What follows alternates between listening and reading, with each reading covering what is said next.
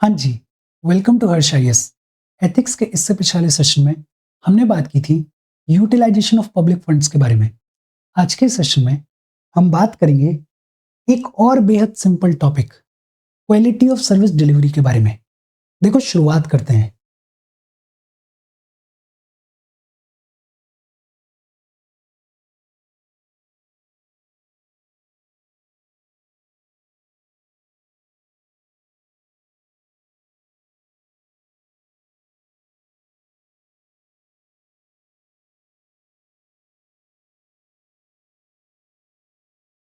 Quality of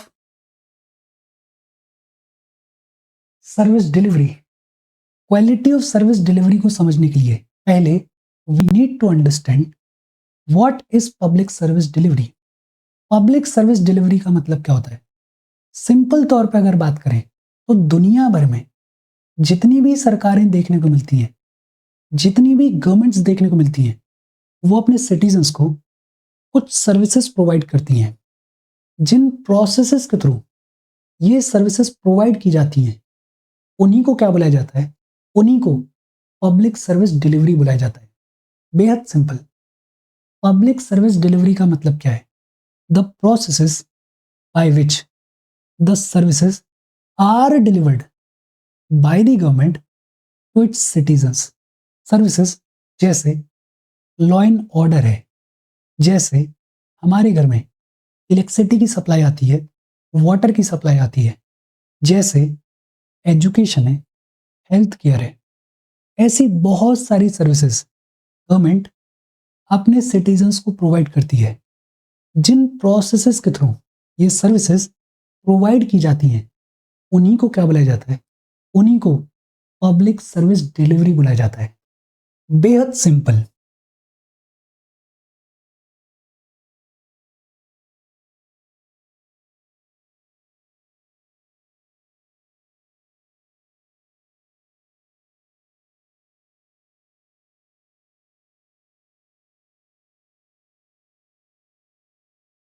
public service delivery का मतलब क्या है? सिंपल तौर पे अगर कहें तो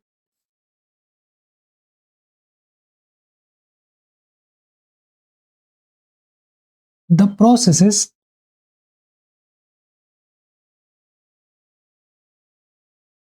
by which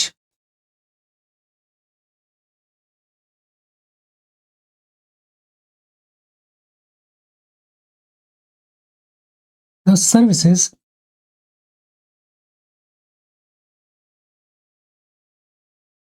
are delivered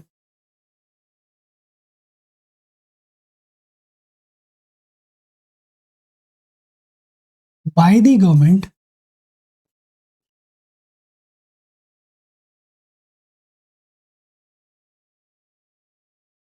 to its citizens।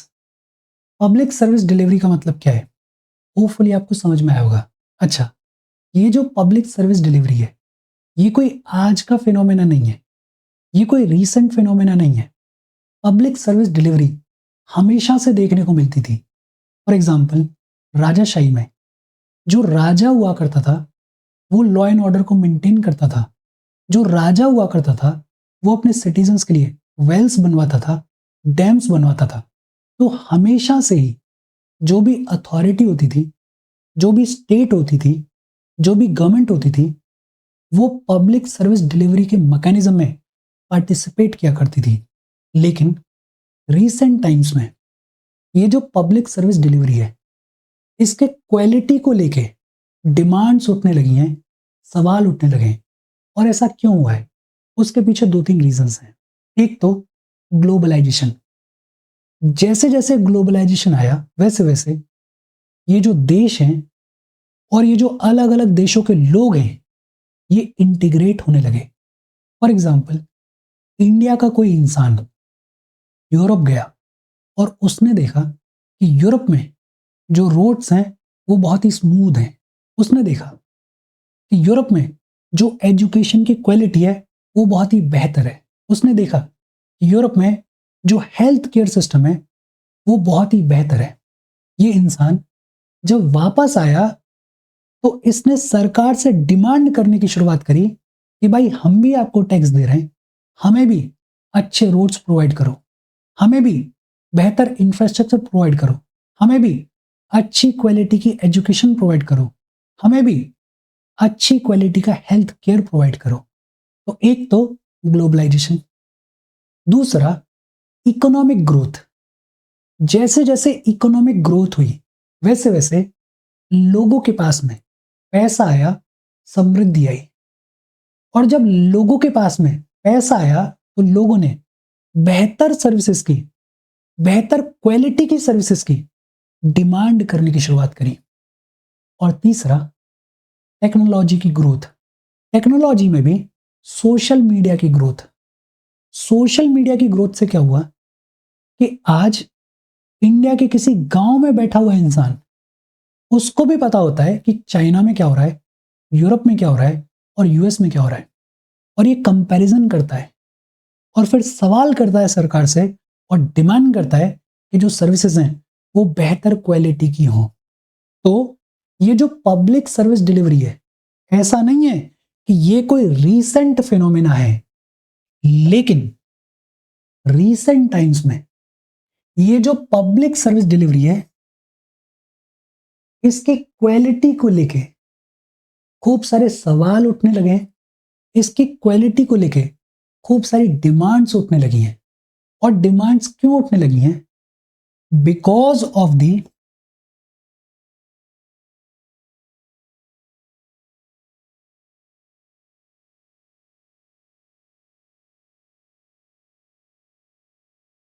Rapid growth of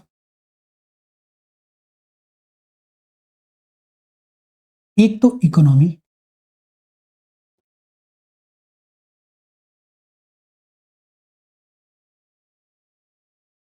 दूसरा ग्लोबलाइजेशन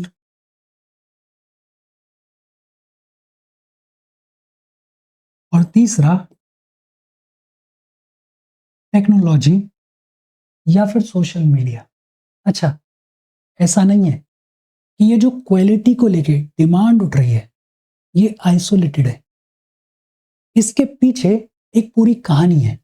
और कहानी क्या है? जैसे ही हम इंडिपेंडेंट हुए तो हमारे इंडिपेंडेंट होते ही लगभग 1950s में एक कॉन्सेप्ट बेहद पॉपुलर हुआ और वो कॉन्सेप्ट था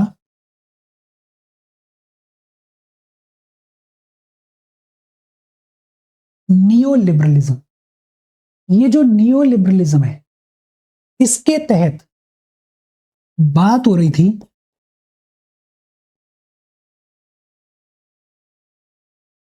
फ्री ट्रेड के बारे में। इसके तहत बात हो रही थी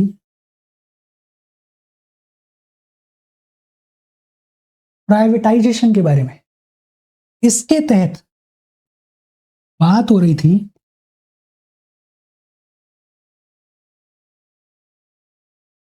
रेगुलेशन के बारे में। और इसी के तहत एक बेहद इंपॉर्टेंट डिबेट देखने को मिल रही थी और वो इंपॉर्टेंट डिबेट थी state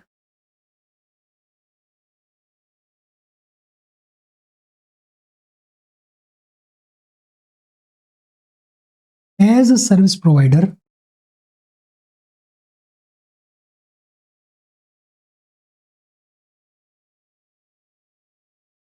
to its citizens. State को एक्ट करना चाहिए as a service provider to its citizens. लेकिन हम नए नए इंडिपेंडेंट हुए थे, हमें एडमिनिस्ट्रेशन और चीजें उतना बेहतर तरीके से समझ में आती नहीं थी। फिर हमारी अपनी इंडस्ट्रीज थी, हमारी अपनी इकोनॉमी थी जिसको प्रोटेक्ट करने की जरूरत थी। और इसलिए उस दौर की हमारी सरकार ने क्लोज्ड इकोनॉमी को प्रेफर किया। लेकिन फिर एक बेहद इंपॉर्टेंट डेवलपमेंट हुआ 1991 में। 1991 में लाए गए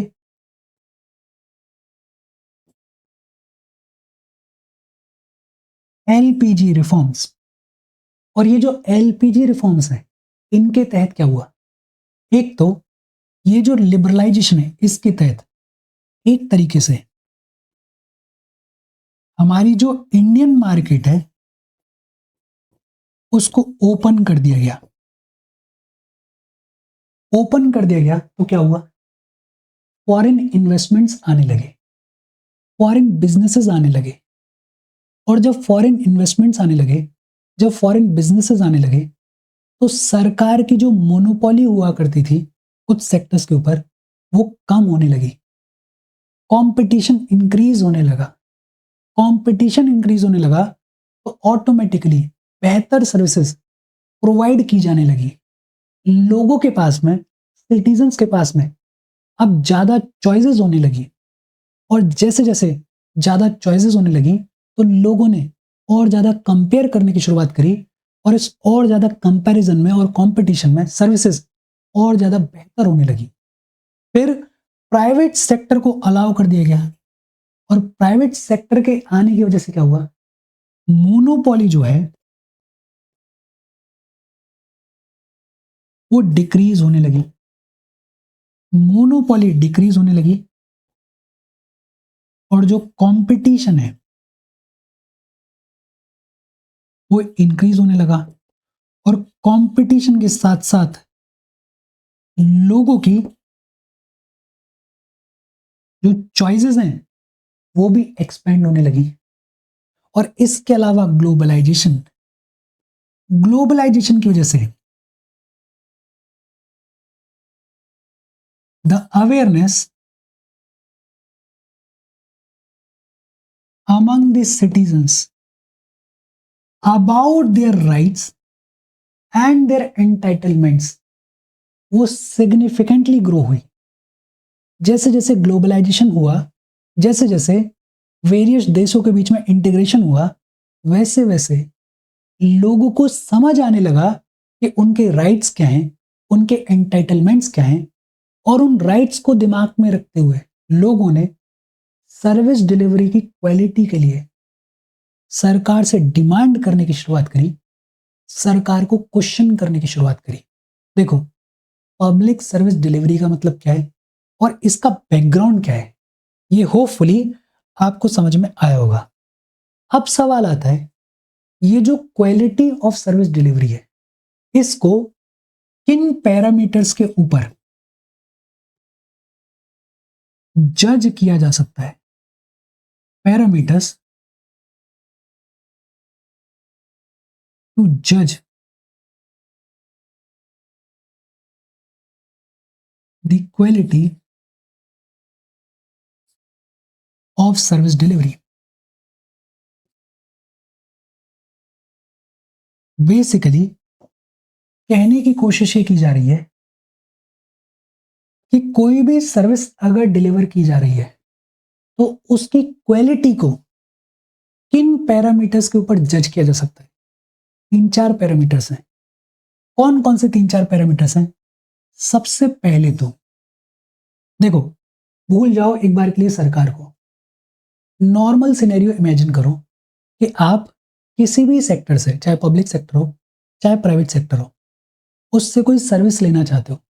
तो सबसे पहले तो आप क्या चाहते हो? सबसे पहले तो आप ये चाहते हो कि जो सर्विस आप लेना चाहते हो उसकी डिटेल्ड इंफॉर्मेशन एकदम ट्रांसपेरेंट मैनर में आपको प्रोवाइड कर दी जाए। आपको बता दिया जाए कि एग्जैक्टली उस सर्विस में आपको क्या दिया जाएगा, क्या स्टैंडर्ड रहने वाला है, क्या टाइम शेड्यूल रहने वाला है, कितना चार्ज रहने वाला है, किस तरीके से वो जो सर्विस है वो प्रोवाइड की जाएगी। तो सबसे पहले एक क्लाइंट, एक कस्टमर क्या चाहता है? He or she wants a detailed information,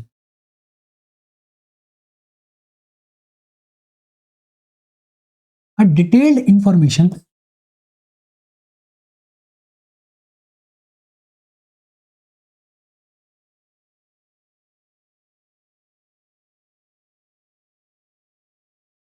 in a transparent manner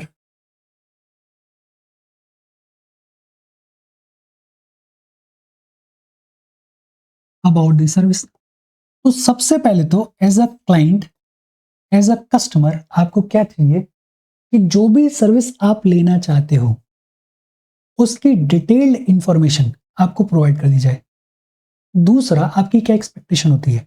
आप चाहते हो कि जो भी आपको प्रॉमिस किया जा रहा है, जो भी आपको बोला जा रहा है, उस सर्विस को बेचते टाइम वो आपको डिलीवर किया जाए, धोखा ना दिया जाए। तो दूसरा आप क्या चाहते हो? Deliver what's promised.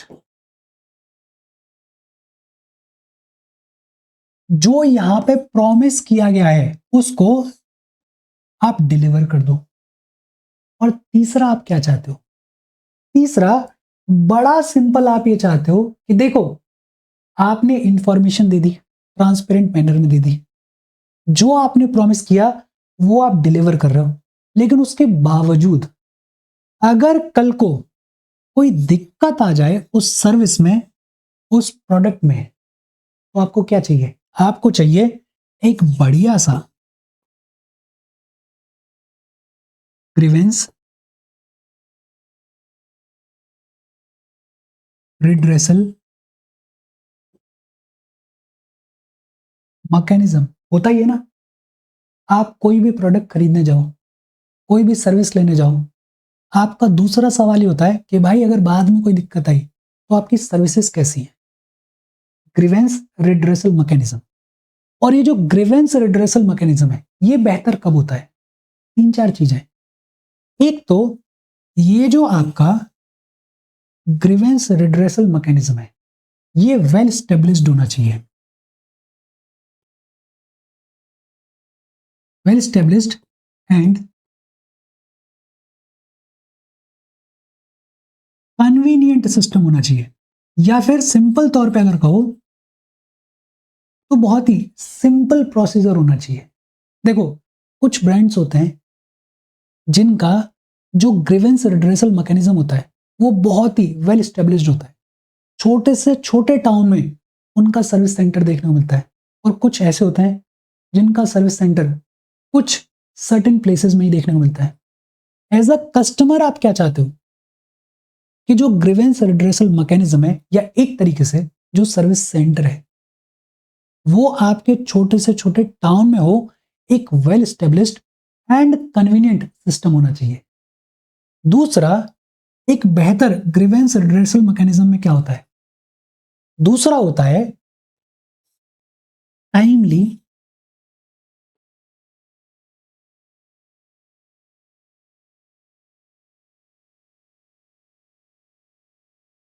एक्नोलेजमेंट। आपने कंप्लेन की और आपकी कंप्लेन की कोई सुनवाई नहीं हो रही है, कोई एक्नोलेज ही नहीं कर रहा है, तो कोई फायदा नहीं है, आप दुखी हो जाओगे। जैसे ही आपने कंप्लेन की, उसके विद इन सर्टेन टाइम में, कुछ घंटों में, आपकी कंप्लेन को अगर एक्नोलेज कर लिया गया, सिर्फ इतना कह दिया गया कि हाँ भाई, आपकी कंप्लेन हमने देख ली है, इस पर हम काम कर रहे हैं, तो आपको संतुष्टि हो जाती है एज अ कस्टमर।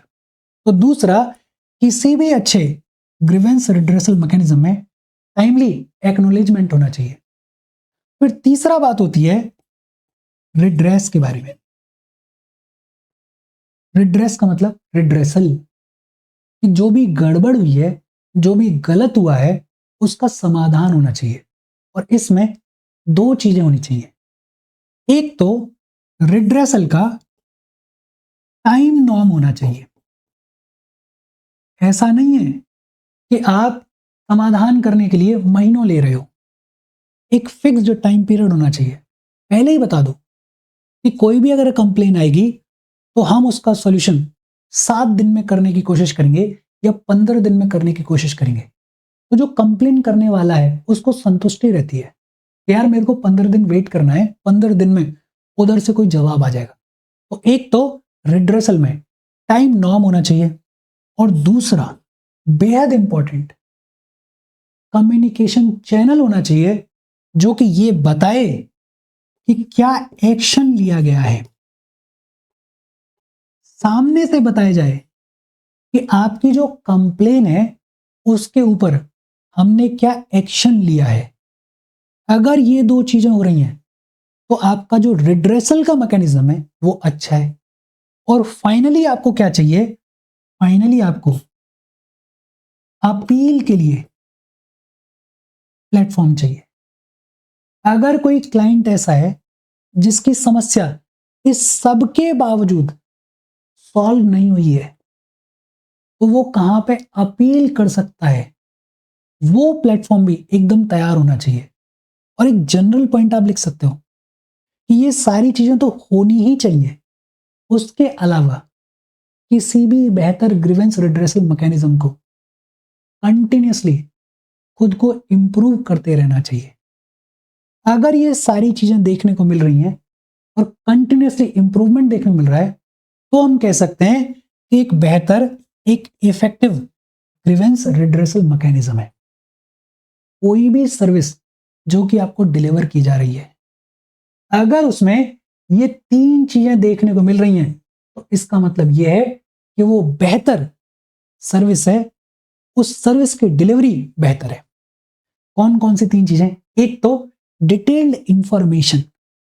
आप सर्विस लो उससे पहले ही ट्रांसपेरेंट मैनर में आपको बता दिया जाना चाहिए कि आपको क्या मिलने वाला है।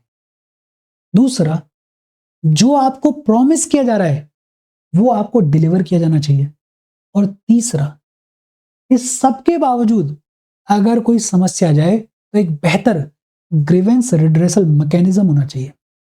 और एक बेहतर ग्रीवेंस रिड्रेसल मैकेनिज्म में तीन चार चीजें देखने को मिलती हैं। कौन कौन सी? एक तो well established and convenient system होना चाहिए।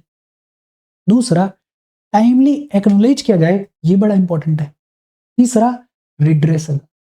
और रिड्रेसल में दो बेहद इंपॉर्टेंट चीजें हैं। एक तो टाइम नॉर्म होना चाहिए, और दूसरा, क्या एक्शन लिया गया उसके लिए प्रॉपर कम्युनिकेशन चैनल होना चाहिए। और चौथा, अगर किसी क्लाइंट को, कस्टमर को अपील करनी है, तो अपील के लिए भी एक प्लेटफॉर्म होना चाहिए। अच्छा, किसी भी सर्विस डिलीवरी के क्वालिटी को जज करने के लिए क्या पैरामीटर्स होने चाहिए, वो तो हमें समझ में आ गया। अब सवाल आता है, ये जो क्वालिटी ऑफ सर्विस डिलीवरी है, इसके रास्ते में चैलेंजेस क्या क्या देखने को मिलते हैं? क्यों ऐसा है कि ये सारी चीजें हमें पता होने के बावजूद जो सर्विस डिलीवरी की क्वालिटी है वो उतनी बेहतर नहीं है हमारी कंट्री में? चैलेंजेस क्या क्या है? देखो, एक तो बड़ा चैलेंज है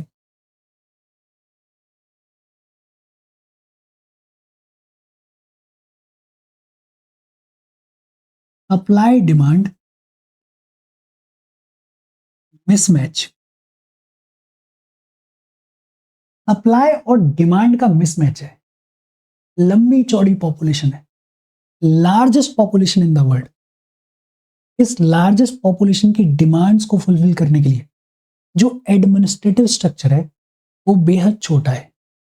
और इसको कितना ही एक्सपेंड कर लो, बड़ी समस्या आएगी पूरे तरीके से इस पॉपुलेशन की डिमांड्स को फुलफिल करने में।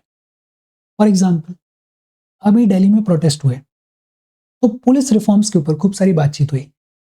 हमारे यहाँ पे पुलिस की कंडीशन क्या है? पर 1 लाख पॉपुलेशन लगभग 153 पुलिस पर्सनल्स देखने को मिलते हैं। 1 लाख पॉपुलेशन पे सिर्फ 153 पुलिस पर्सनल्स देखने को मिलते हैं। जो हमारे खुद का स्टैंडर्ड है वो क्या कहता है कि कम से कम 1 लाख की पॉपुलेशन पे 196 पुलिस पर्सनल्स होने चाहिए। और जो यूएन का स्टैंडर्ड है वो क्या कहता है कि 1 लाख की पॉपुलेशन पे कम से कम 222 222 पुलिस पर्सनल्स होने चाहिए। अब सोचो, हमारी इतनी लंबी चौड़ी पॉपुलेशन है, कहां से इतना लंबा चौड़ा एडमिनिस्ट्रेटिव स्ट्रक्चर खड़ा किया जाए? और अगर हम खुद को कंपेयर कर रहे हैं किसी यूरोपियन कंट्री से, तो ये भी तो देखो कि वहां पे पॉपुलेशन इतनी सी है। हमारे यूपी की पॉपुलेशन बहुत सारे यूरोपियन कंट्रीज से ज्यादा है। अब वहां से अगर हम कंपेयर कर रहे हैं तो बड़ा ही अनरियलिस्टिक कंपैरिजन है। छोटी पॉपुलेशन है वहां पे, तो बेहतर क्वालिटी की सर्विस डिलीवरी देखने को मिलती है। यहां पे एक चैलेंज है सप्लाई डिमांड मिसमैच का। दूसरा, लंबी चौड़ी पॉपुलेशन है और इस लंबी चौड़ी पॉपुलेशन के चलते लैक ऑफ रिसोर्सेज देखने को मिलता है, लैक ऑफ फंड्स देखने को मिलता है। भाई पॉपुलेशन तो बढ़ती जा रही है लेकिन रिसोर्सेज थोड़ी बढ़ रहे हैं, रिसोर्सेज तो लिमिटेड है, फंड्स थोड़ी बढ़ रहे हैं। तो इस पॉपुलेशन की नीड्स को फुलफिल करने के लिए, सर्विस डिलीवरी की क्वालिटी को बेहतर करने के लिए हमारे पास सफिशिएंट रिसोर्सेज नहीं है, फंड्स नहीं है। इसके अलावा lack of trained manpower, और इस पे हमें सिग्निफिकेंटली काम करने की जरूरत है। ये जो हमारे गवर्नमेंट सर्वेंट्स हैं, गवर्नमेंट ऑफिशियल्स हैं, इनको हमें रेगुलरली ट्रेनिंग प्रोवाइड करने की जरूरत है। इसके अलावा लैक ऑफ इंफ्रास्ट्रक्चर देखने को मिलता है। जो बेसिक इंफ्रास्ट्रक्चर है उसी की कमी देखने को मिलती है। रोड्स नहीं है, हॉस्पिटल्स नहीं है, स्कूल्स नहीं है, पोर्ट्स नहीं है। जो basic day to day need की चीजें हैं जैसे वाटर सप्लाई, इलेक्ट्रिसिटी, उसमें डिसरप्शन देखने को मिलता है। तो लैक ऑफ बेसिक इंफ्रास्ट्रक्चर। और इसके अलावा अगर हम बात करें तो कमी देखने को मिलती है इन टेक्निकल अपग्रेडेशन। दुनिया एआई की बात कर रही है, हमारे यहाँ पर डिस्कशन अभी भी वही चल रहा है कि वोट किसको देना है, ये किस कास्ट का है, ये किस रिलीजन का है। हमारे यहाँ पे एआई तो छोड़ो, वोट बैंक पॉलिटिक्स चल रही है। हमारे लोग या हमारी इकोनॉमी सरवाइव कर रही है सर्विसेज पे। अगर सर्विसेज खत्म हो जाएं तो हम बहुत पीछे हैं, लेकिन हम सोचते ही नहीं है। हमारा कंपैरिजन किससे है? पाकिस्तान से। वो खत्म देश जिसके पास में खाने के लिए नहीं है, उससे हम कंपैरिजन करते रहते हैं। कंपैरिजन करना है तो यूएस से करो, चाइना से करो। तो ये जो टेक्नोलॉजिकल अपग्रेडेशन है इसके ऊपर भी हमें सिग्निफिकेंटली काम करने की जरूरत है। फिर एक मेजर चैलेंज है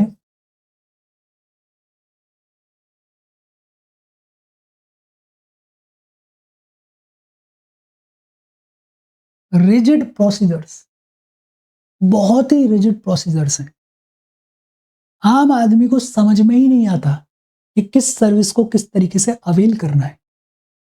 आज भी अगर आप रूरल इंडिया में जाओगे तो लोगों को फोन चलाना नहीं आता ढंग से, सर्विसेज अवेल करना वो तो बात की बात है। ये जो प्रोसीजर्स हैं इनको हमें सिग्निफिकेंटली सिंप्लीफाई करने की जरूरत है। इसके अलावा एक चैलेंज देखने को मिलता है lack of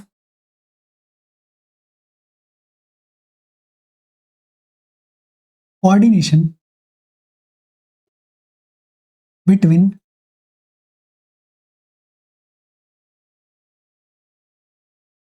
various government agencies. देखो, सेंट्रलाइज प्लानिंग देखने को मिलती है और सेंट्रलाइज प्लानिंग में क्या होता है? प्लान बनाया गया सेंटर में, इंप्लीमेंट करना है लोकल अथॉरिटीज को, और इनके बीच में मल्टीपल लेयर्स हैं, इनके बीच में मल्टीपल एडमिनिस्ट्रेटिव एजेंसीज हैं और इनके बीच में सिंक नहीं होता है। हम बात करते हैं सिंगल विंडो सिस्टम के बारे में कि भाई ऐसा सिस्टम बनाओ कि कोई आदमी अगर अपना काम करवाने के लिए जाए तो एक विंडो पे वो अपने डॉक्यूमेंट सबमिट करे और उसका काम पूरा हो जाए सिर्फ एक विंडो पे जाके। लेकिन रियलिटी आपको भी पता है, मेरे को भी पता है। आप किसी भी गवर्नमेंट डिपार्टमेंट में चले जाओ, 50 जगह आपको घुमाया जाएगा। ये वाला बोलेगा उधर जाओ, उधर वाला बोलेगा उधर जाओ, उधर वाला बोलेगा उधर जाओ, और आप ऐसे ही घूमते रहोगे। बिकॉज ये जो गवर्नमेंट एजेंसीज हैं इनके बीच में कोऑर्डिनेशन नहीं है। इसके अलावा lack of awareness among the citizens. Citizens को अपने राइट्स के बारे में, अपने एंटाइटलमेंट्स के बारे में जानकारी नहीं है। देखो, जब हम यूपीएससी के लिए पढ़ रहे होते हैं या किसी बेहतर एग्जाम के लिए पढ़ रहे होते हैं, तो हमें ऐसा लगता है कि दुनिया बहुत सुहानी है। लेकिन रियलिटी ये है कि गांव में बैठी हुई जो 50 साल की, 60 साल की औरत है, उसको ये भी नहीं पता है, और औरत ही क्यों, आदमी भी, उसको ये भी नहीं पता है कि इंडिया का नक्शा किस तरीके का दिखाई देता है। उसके लिए उसका गांव ही इंडिया है। इस इंसान को राइट्स की बात, एंटाइटलमेंट्स की बात बहुत दूर है। उस बेचारे को बस वो गांव, वो जो कुआं है, उसकी जानकारी है। कहां क्वेश्चन करेगा ये सरकार को, कहां क्वेश्चन करेगा ये अथॉरिटी को। तो lack of awareness among the citizens, ये भी एक चैलेंज है। और एक तो यूनिवर्सल चैलेंज है, वो क्या है? इलिटिज्म। यूनिवर्सल से मेरा मतलब कि हमारे कंट्री के हर हिस्से में देखने को मिलता है। बड़े बड़े सिविल सर्वेंट्स को तो छोड़ दो, आदमी छोटा मोटा क्लर्क बन जाए ना, तो वो भी खुद को राजा समझने लगता है। आप जाओ किसी ऑफिस में, क्लर्क आपको ऐसे ट्रीट करेगा जैसे आपकी तो कोई वैल्यू है ही नहीं। वो राजा है, उसके अकॉर्डिंग सब होगा। उसको ये रियलाइज नहीं होता कि भाई तेरे को तनख्वाह मिल रही है हमारी सेवा करने के लिए, सिटीजन्स की सेवा करने के लिए। वो अपने दिमाग में राजा है। क्लर्क की ये हालत है, सिविल सर्वेंट का तो भूल ही जाओ। तो इलिटिज्म, इलिटिज्म के अलावा कुछ अगर काम होता भी है तो उसमें एक बड़ी समस्या होती है, स्टॉल्ड प्रोजेक्ट्स। प्रोजेक्ट्स जो हैं वो शुरू तो किए जाएंगे, लेकिन उनको बीच में ही रोक दिया जाएगा। रीजन 50 हो सकते हैं उसके पीछे, लेकिन जो प्रोजेक्ट्स हैं उनको एडिक्वेटली कंप्लीट नहीं किया जाता है। और अगर कंप्लीट भी कर दिया गया तो करप्शन इतने हाई लेवल का है कि क्वालिटी एकदम ना के बराबर होती है। देखो, ये जो चैलेंजेस हैं, ये कोई एग्जॉस्टिव लिस्ट नहीं है, और बहुत सारे चैलेंजेस आप खुद से लिख सकते हो। मोटे मोटे तौर पे अगर चैलेंजेस की बात करें, हम बात कर सकते हैं एक तो सप्लाई डिमांड मिसमैच के बारे में। दूसरा हम बात कर सकते हैं lack of resources and funds, trained manpower, infrastructure and technical upgradation. तीसरा हम बात कर सकते हैं रिजिड प्रोसीजर्स के बारे में। चौथा हम बात कर सकते हैं इलिटिज्म के बारे में। पांचवा हम बात कर सकते हैं lack of coordination between various government agencies के बारे में। छठवां हम बात कर सकते हैं lack of awareness among citizens about their rights and entitlements. और सातवां हम बात कर सकते हैं high rate of stalled projects के बारे में। ये कुछ चैलेंजेस हैं। अगर चैलेंजेस हमें समझ में आ गए तो सवाल आता है कि सॉल्यूशंस क्या हैं, समाधान क्या है, रिफॉर्म्स क्या किए जा सकते हैं। देखो, रिफॉर्म्स की अगर बात करें तो आज की डेट में जो सबसे इंपॉर्टेंट चीज है वो क्या है? वो है यूज ऑफ टेक्नोलॉजी। आपको कोई भी सर्विस प्रोवाइड करनी है, you need to upgrade the technology. जो मॉडर्न टेक्नोलॉजीज हैं उनको हमें रैपिडली अडॉप्ट करने की जरूरत है, और हमारे सिटीजन्स को उसके रिगार्डिंग अवेयर करने की भी जरूरत है। टेक्नोलॉजी में हमें सिग्निफिकेंटली ई गवर्नेंस के ऊपर फोकस करने की जरूरत है, एआई के ऊपर फोकस करने की जरूरत है। और देखो, टेक्नोलॉजी का एडवांटेज होता है, ये हमें दिखाई दे रहा है। बहुत सारी सर्विसेज हमारे कंट्री में देखने को मिलती है, जैसे डीबीटी, डायरेक्ट बेनिफिट ट्रांसफर। कितना खूबसूरत काम है। जो लीकेज हुआ करता था, जो लूपहोल्स हुआ करते थे, वो इस डीबीटी की वजह से सिग्निफिकेंटली रिड्यूस हुए। Jam Trinity, Jan Dhan Aadhaar mobile Trinity, कितना खूबसूरत काम है। या इसके अलावा आपने सुना होगा प्रगति प्लेटफॉर्म के बारे में, proactive governance and timely implementation. ये जो इंफ्रास्ट्रक्चर प्रोजेक्ट्स रुक जाते हैं, डिले हो जाते हैं, इनको रिव्यू करने के लिए प्राइम मिनिस्टर यूज में लेते हैं प्रगति प्लेटफॉर्म को। अभी 2-3 दिन पहले मैं पढ़ रहा था ई संजीवनी के बारे में। इतना खूबसूरत इनिशिएटिव है ई संजीवनी कि आप गांव में बैठे बैठे टेली कंसल्टेशन ले सकते हो, मेडिकल एडवाइस ले सकते हो। ये सब कैसे पॉसिबल हो पा रहा है? ये सब टेक्नोलॉजी की वजह से पॉसिबल हो पा रहा है। ये जो टेक्नोलॉजी है इसको हमें फर्दर अपग्रेड करने की जरूरत है, फर्दर अडॉप्ट करने की जरूरत है। कुछ एग्जांपल्स अपने दिमाग में रखना, जैसे आप डीवीटी की बात करो, आप जैम ट्रिनिटी की बात करो, आप प्रगति प्लेटफॉर्म के बारे में बात करो। मैं इससे उम्मीद कर रहा हूँ ये सारी चीजें आपको पता होंगी। करंट अफेयर्स में आपने इन सब चीजों के बारे में पढ़ा होगा। मैं तो बेसिक तौर पे नाम बता रहा हूँ, जैसे प्रगति प्लेटफॉर्म है, जैसे ई संजीवनी है, देवोत्तम के बारे में हम पढ़ेंगे। ये बहुत सारी चीजें हैं। तो एक तो हमें टेक्नोलॉजी को यूज करने की जरूरत है, हमें मॉडर्न टेक्नोलॉजीज को अडॉप्ट करने की जरूरत है। दूसरा बेहद important, we need to have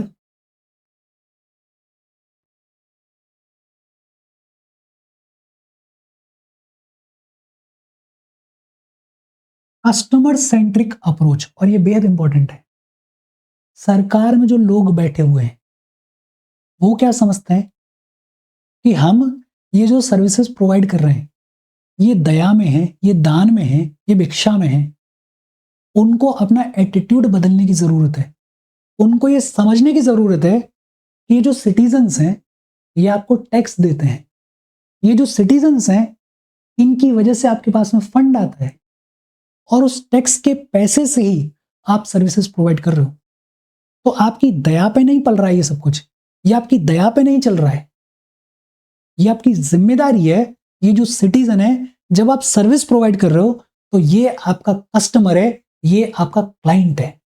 तो पहले तो ये जो एटीट्यूड है कि हम दान कर रहे हैं, हम कुछ स्पेशल कर रहे हैं, वो एटीट्यूड बदलने की जरूरत है। The government officials need to understand कि उनकी जिम्मेदारी है सिटीजन्स को ये सर्विसेज प्रोवाइड करना। फिर इसके अलावा बेहद important, we need to incorporate the citizens feedback. सरकार कोई भी सर्विस लेकर आई, उस पर सिटीजन्स का फीडबैक क्या है उसको इनकॉर्पोरेट करो, उसके अकॉर्डिंग उस सर्विस में चेंजेस करो। We need to focus on social audit mechanisms.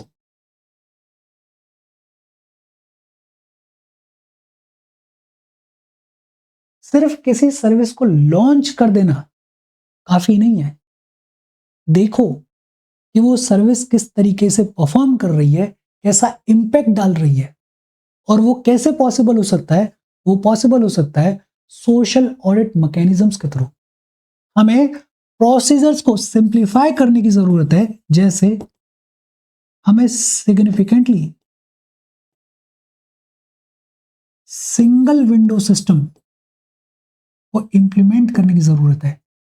और सिटीजन्स के पॉइंट ऑफ व्यू से, कस्टमर्स के पॉइंट ऑफ व्यू से सबसे इंपॉर्टेंट चीज जो आपका ग्रीवेंस रिड्रेसल मैकेनिज्म है वो इफेक्टिव होना चाहिए। और एक इफेक्टिव ग्रीवेंस रिड्रेसल मैकेनिज्म किस तरीके का दिखाई देता है उसके बारे में अभी अभी हमने बात की है। तो एक तो हमें मॉडर्न टेक्नोलॉजी को अडॉप्ट करने की जरूरत है। दूसरा, we need to have customer centric approach. तीसरा, we need to focus on the man power. Man power से मतलब कि एक तो ये जो मैन पावर है इसको नीड के हिसाब से, जरूरत के हिसाब से इंक्रीज करो। और रिक्रूटमेंट्स करो और हायरिंग्स करो। और दूसरा जो बेहद इंपॉर्टेंट है, ऑलरेडी जो गवर्नमेंट ऑफिशियल्स हैं उनको रेगुलरली ट्रेन करो। ट्रेन्ड गवर्नमेंट ऑफिशियल्स होने चाहिए। ये जो मॉडर्न चेंजेस देखने को मिल रहे हैं, इन मॉडर्न चेंजेस के साथ में, इन मॉडर्न टेक्नोलॉजीज के साथ में, ये जो गवर्नमेंट ऑफिशियल्स हैं इनको ट्रेन किया जाना चाहिए। इनफैक्ट हमें ये भी करने की जरूरत है कि ये जो गवर्नमेंट ऑफिशियल्स हैं ये अपना काम पूरा ढंग से करें। उसके लिए वी नीड टू हैव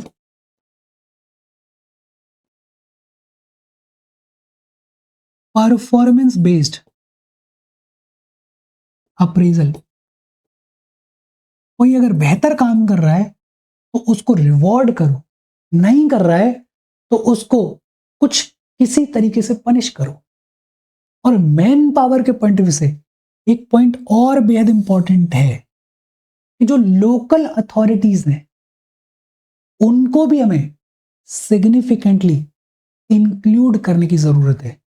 तो लोकल अथॉरिटीज या फिर बेहतर टर्म है, we need to focus on decentralised planning. Decentralised planning मतलब यही हो गया ना, जो लोकल अथॉरिटीज हैं उनको भी हमें प्लानिंग में इंक्लूड करने की जरूरत है। तीसरा, मैन पावर। मैन पावर के अलावा जनरल बातचीत कि हमें मोनोपोली को और फर्दर रिड्यूस करने की जरूरत है। कंपटीशन को और फर्दर इंक्रीज करने की जरूरत है। हमें ट्रांसपेरेंसी को एनहेंस करने की जरूरत है। हमें अकाउंटेबिलिटी को फिक्स करने की जरूरत है। तो मैन पावर के अलावा हमें मोनोपोली को कम करने की जरूरत है, कंपटीशन को बढ़ाने की जरूरत है, चॉइसेस को एक्सपेंड करने की जरूरत है, ट्रांसपेरेंसी को इंश्योर करने की जरूरत है, अकाउंटेबिलिटी को फिक्स करने की जरूरत है। इसके अलावा we can also talk about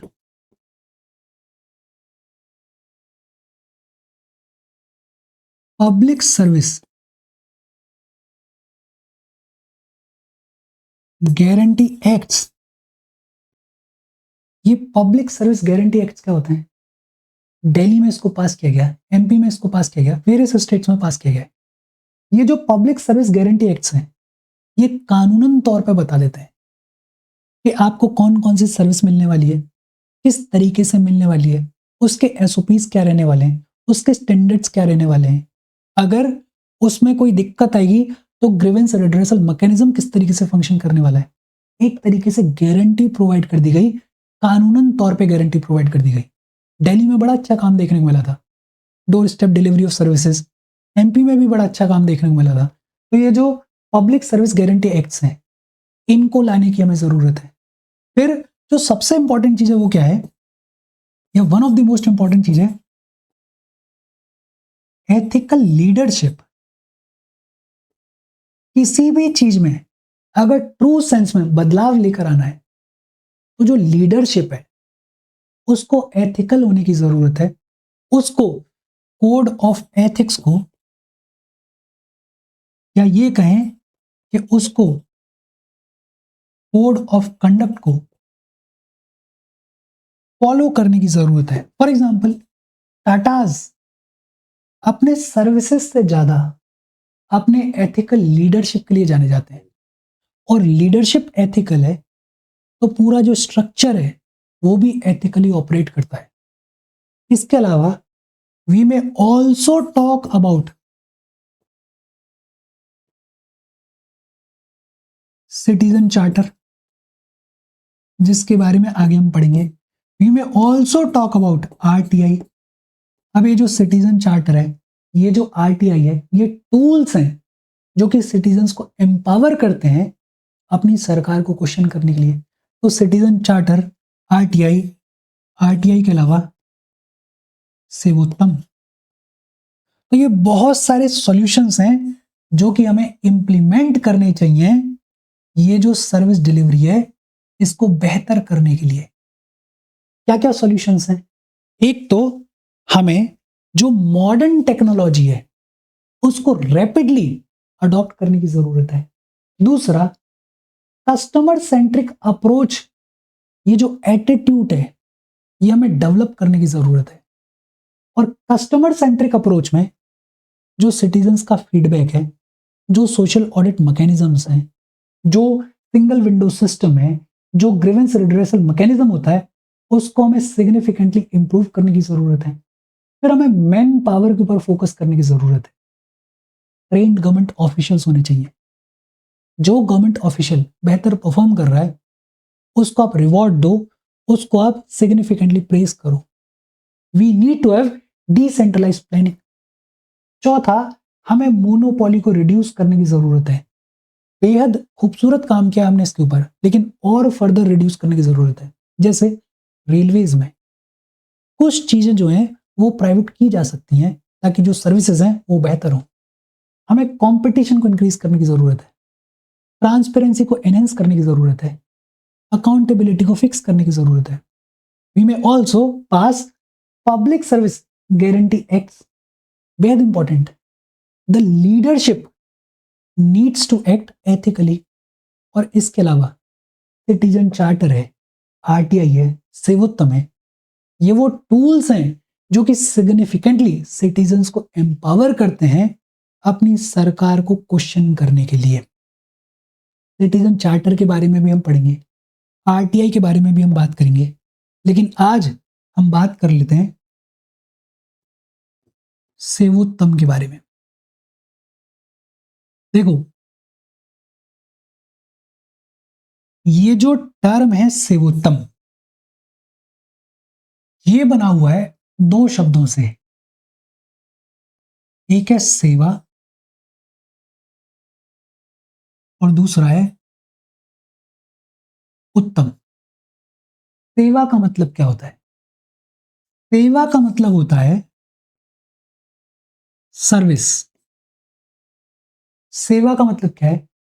service. और उत्तम का मतलब सबसे बेस्ट। उत्तम का मतलब एक तरीके से एक्सीलेंस। तो सेवोत्तम का मतलब क्या है? सेवोत्तम का मतलब है एक्सीलेंस इन सर्विसेज। सेवोत्तम का मतलब क्या है? सेवोत्तम का मतलब है एक्सीलेंस इन सर्विसेज। देखो, सेवोत्तम बेसिकली क्या है? सेवोत्तम बेसिकली एक क्वालिटी फ्रेमवर्क है। ये जो क्वालिटी फ्रेमवर्क है इसको 2006 में डेवलप किया गया। होता क्या है इसमें? इसमें बेसिकली एक सर्टिफिकेट इशू किया जाता है। ये जो सर्टिफिकेट इशू किया जाता है ये किया जाता है ब्यूरो ऑफ इंडियन स्टैंडर्ड्स के द्वारा। इसके द्वारा किया जाता है, बीआईएस के द्वारा इसको इशू किया जाता है। और किसको इशू किया जाता है? ये किया जाता है ऐसे गवर्नमेंट ऑफिसेस को इशू जो कि सर्विसेज के मामले में बहुत ही एक्सीलेंटली परफॉर्म कर रहे होते हैं। तो सेवोत्तम क्या है? Sevottam is basically excellence in services. Sevottam को आइडेंटिफाई कैसे किया जाता है? बेसिकली एक सर्टिफिकेट दिया जाता है बीआईएस के द्वारा ऐसे गवर्नमेंट ऑफिसेस को जो कि सर्विसेज के मामले में, जो कि सर्विस डिलीवरी के मामले में एक्सीलेंटली परफॉर्म कर रहे होते हैं। अब सवाल आता है कि ये जो सर्टिफिकेट दिया जाता है इसको किन पैरामीटर्स के बेसिस पे जज किया जाता है? या किसी भी डिपार्टमेंट की या किसी भी गवर्नमेंट ऑफिस की जो क्वालिटी ऑफ सर्विस डिलीवरी है वो बेहतर है, एक्सीलेंट है या नहीं है, उसको जज किया जाता है 3 पैरामीटर्स के बेसिस पे। कौन कौन से? 3 पैरामीटर्स हैं। एक है सिटीजन चार्टर। देखो सिटीजन चार्टर क्या होता है उसके बारे में इन डिटेल हम बात करेंगे अगले सेशन में, लेकिन बेसिक तौर पर अगर बात करें तो जब भी आप किसी गवर्नमेंट ऑफिस में जाते हो तो वहां पे एक डॉक्यूमेंट लगा होता है। वो जो डॉक्यूमेंट होता है उस पर बताया गया होता है कि इस ऑफिस में यहाँ पे आपको कौन कौन सी सर्विसेज मिलने वाली हैं, किस तरीके से मिलने वाली हैं। ये जो डॉक्यूमेंट है इसी को क्या बोलते हैं, सिटीजन चार्टर बोलते हैं। तो एक तो देखा जाता है कि जो गवर्नमेंट ऑफिस है वो सिटीजन चार्टर के मैनेजमेंट में किस तरीके से काम कर रही है, अच्छा काम कर रही है या खराब काम कर रही है। दूसरा देखा जाता है ग्रीवेंस।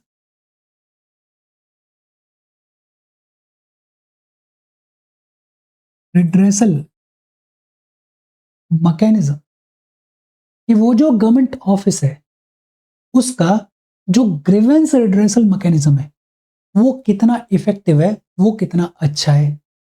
और तीसरा देखा जाता है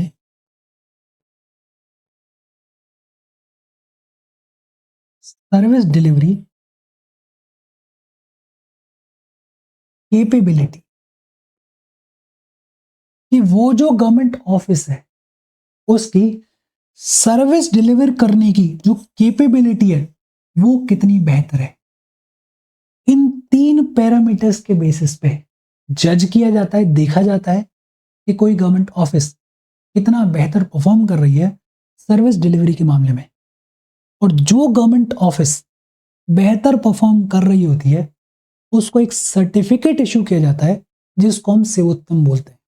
अच्छा, सेकंड एआरसी में बात की गई about the 7 steps of Sevottam.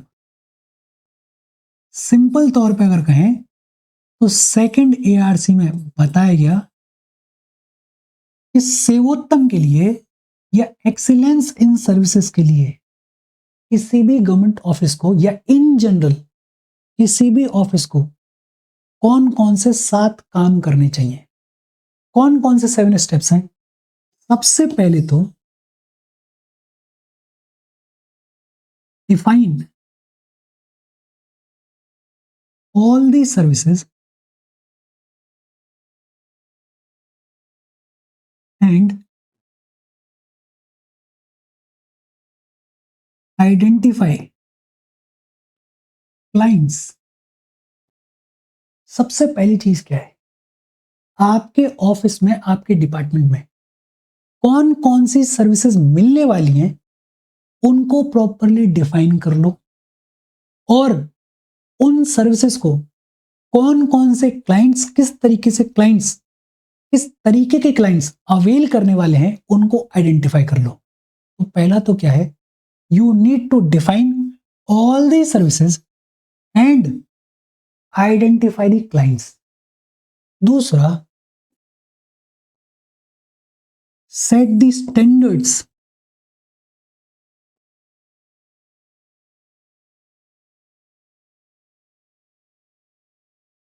And norms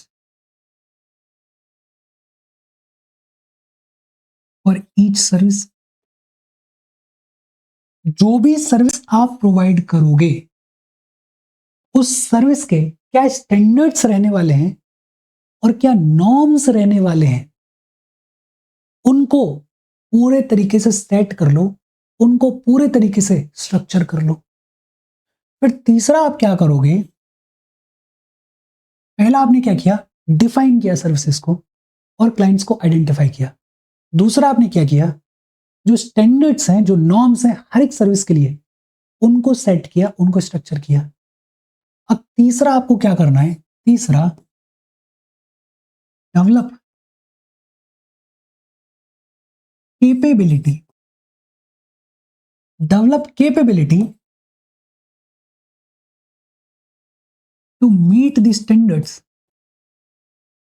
आपने बता तो दिया, आपने कह तो दिया कि किसी सर्विस में आप क्या स्टैंडर्ड्स मेंटेन करने वाले हो, क्या प्रोवाइड करने वाले हो, लेकिन उन स्टैंडर्ड्स को मीट करने के लिए अब आपको कैपेबिलिटीज डेवलप करने की जरूरत है, और जब कैपेबिलिटीज डेवलप हो जाएं, then you need to perform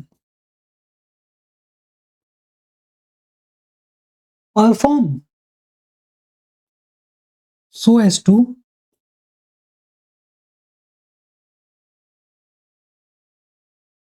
achieve the standards। भाई कैपेबिलिटी डेवलप हो गई, तो अब परफॉर्म करो उन स्टैंडर्ड्स को अचीव करने के लिए। फिर 5वें नंबर पे you need to monitor your performance. Perform करते जा रहे हो और ये देख नहीं रहे हो कि परफॉर्म अच्छे से भी हो पा रहा है या अच्छे रिजल्ट्स नहीं आ रहे हैं, तो आपको साथ के साथ अपने परफॉर्मेंस को मॉनिटर करने की जरूरत है। फिर मॉनिटर करने के अलावा what you need to do is you need to, देखो पहले एक बार दोबारा से देखते हैं क्या क्या है। एक तो पहले आपको सर्विसेज डिफाइन करनी है, सर्विसेज डिफाइन करनी है और क्लाइंट्स को आइडेंटिफाई करना है। दूसरा, हर एक सर्विस के लिए आपके क्या स्टैंडर्ड्स रहने वाले हैं, क्या नॉर्म्स रहने वाले हैं, उनको सेट करना है। फिर तीसरा, you need to develop capability to meet the standards. फिर इसके बाद you need to perform to achieve the standards. फिर इसके बाद मॉनिटर योर परफॉर्मेंस। फिर आपको क्या करना है, you need to evaluate the impact. वो सर्विस जो आप प्रोवाइड कर रहे हो उसका इम्पैक्ट कितना सिग्निफिकेंट है, कितना फायदा कर रहा है वो समाज को, कितना फायदा कर रहा है वो आपके कस्टमर्स को, आपके सिटीजन्स को, आपके क्लाइंट्स को। उस इम्पैक्ट को आपको इवेल्युएट करने की जरूरत है। और ये जो इवेल्युएशन है ये होना चाहिए इंडिपेंडेंट मैकेनिज्म के थ्रू। खुद से अगर एनालिसिस करोगे, इवेल्युएशन करोगे, तो हो सकता है पार्शियल हो जाओ, बायस हो जाओ। ये जो इम्पैक्ट का इवेल्युएशन है ये होना चाहिए इंडिपेंडेंट मैकेनिज्म के थ्रू। और बेहद इंपॉर्टेंट लास्ट पॉइंट क्या है, you need to continuously improve, continuous improvement based on monitoring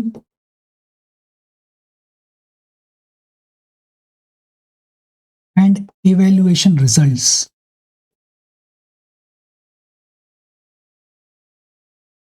monitoring और इवेल्युएशन के जो रिजल्ट्स हैं उनके बेसिस पे you need to continuously improve as well.